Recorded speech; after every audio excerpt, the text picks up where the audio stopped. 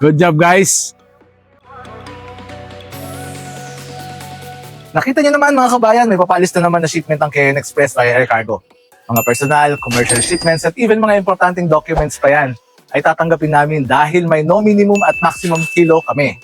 In just 3 days ay makukuha nyo na kung ito ay nagmula dito sa UAE, puntang Pilipinas, o di kaya naman ay galing Pilipinas, papunta dito sa UAE. At ito pa mga kabayan,